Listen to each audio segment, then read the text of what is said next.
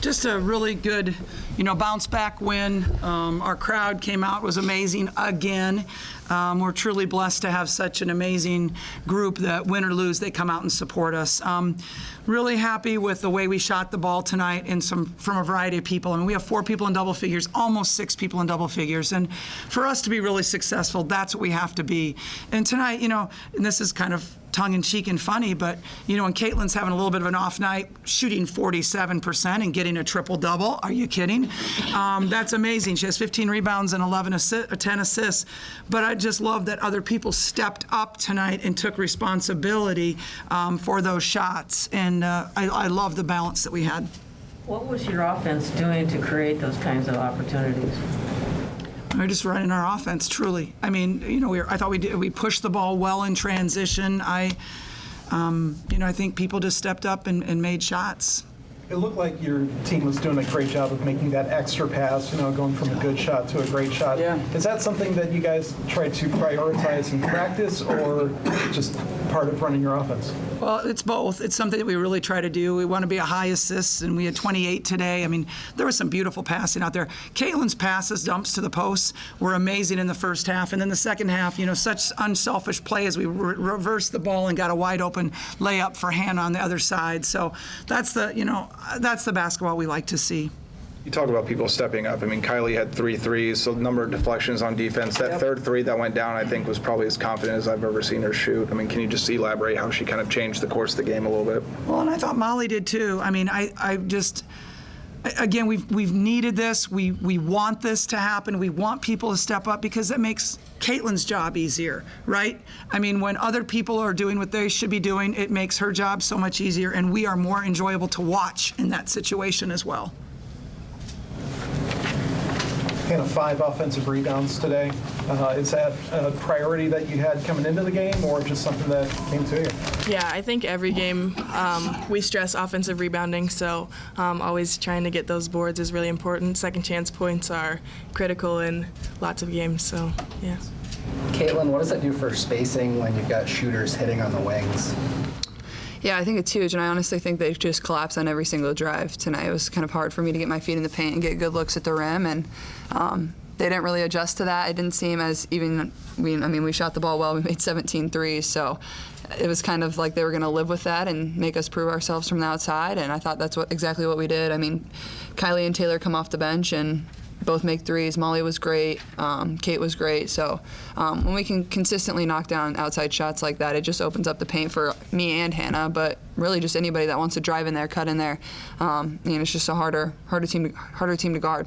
Caitlin, what was, Molly was sick there for a little while. What does it mean to kind of get her back to full speed and what she did today? Yeah, I think, it kind of takes a little while to get back from sickness, especially when you're battling the flu and things like that. It kind of drains you a little bit, but, this is the Molly that we know, and this is exactly how she was playing before she got a little sick. So it was just getting her feet back under her and getting the reps again, getting back in shape, I think was the biggest thing. But she's capable of having these type of performances every single night. So it's something we need from her, but also, she's a good enough player to do it consistently, and I think she will going forward, and she was even before she got a little sick. And like I said, I think it was just getting her feet back under her more than anything. Coach or Caitlin, either way, games after losses, you guys are averaging 103 a game. Well, we're not going to lose more, so that's not my offensive strategy. I'm sorry. Go ahead. I'm sorry, my fault.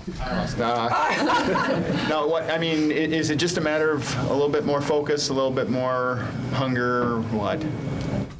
I think we felt like we were just really sped up on offense at Indiana, and going back and watching the clips, we also just didn't make shots. We took a lot of good shots, but there was also things that we could have done a lot better on the offensive end when we played Indiana. And then coming back here, you want to have a really good performance and feel really great about yourself going into the last week of regular season play. And I thought that's exactly what we did. We moved the ball well. We shared the ball. The amount of shots we took is evenly distributed pretty well. And like Coach said, that's what we're going to need going forward. It can't be 1 or 2 people. We need a lot of people stepping up, and it's hard for the other team. Who are you going to take away? Who are you going to sell out on? It's hard to play box and one. It's hard to play zone when we shoot the ball like this. So, hopefully it was just a good learning experience for us at Indiana and just showed us the things that we have to clean up. And their environment was great, so I think that could have sped us up a little bit too. So just staying a little more calm. It was announced that College Game Day is coming back here next week. What do you guys think of that? I think it's exciting for us to host it 2 years in a row. I mean, they don't come out very often, and for this to happen at the University of Iowa, last year they said it was one of their best game days that they'd had. The best. Other schools had to go drag kids out of the dorms, but here at Iowa, we had people, they were involved, and so I think we're going to have an unbelievable atmosphere for that, and I just love that, the national attention it gives this great university of ours.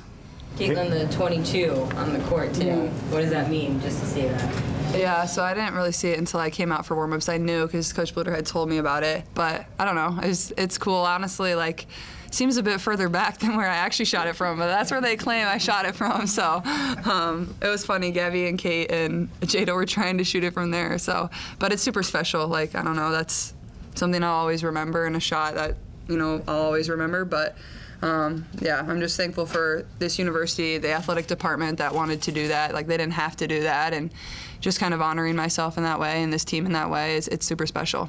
Are you going to try to hit a shot from your logo? If it happens, it happens, I guess. Hannah and Lisa on this, since you had 47 points, have you noticed more attention the last few games? And because tonight was the most points you had since then, and same with you, Lisa. What have you noticed? What did you notice from Hannah tonight that kind of got her back on, scoring track, I guess? I don't know what got her back on scoring track. I will say, I'm not saying Illinois didn't have good post defenders, but Mackenzie Holmes is a pretty good post defender. And I just think that when Hannah plays with confidence, when she goes out there and believes in herself, she can do anything. I do, and sometimes I think that is her biggest obstacle, and she gets in her own way.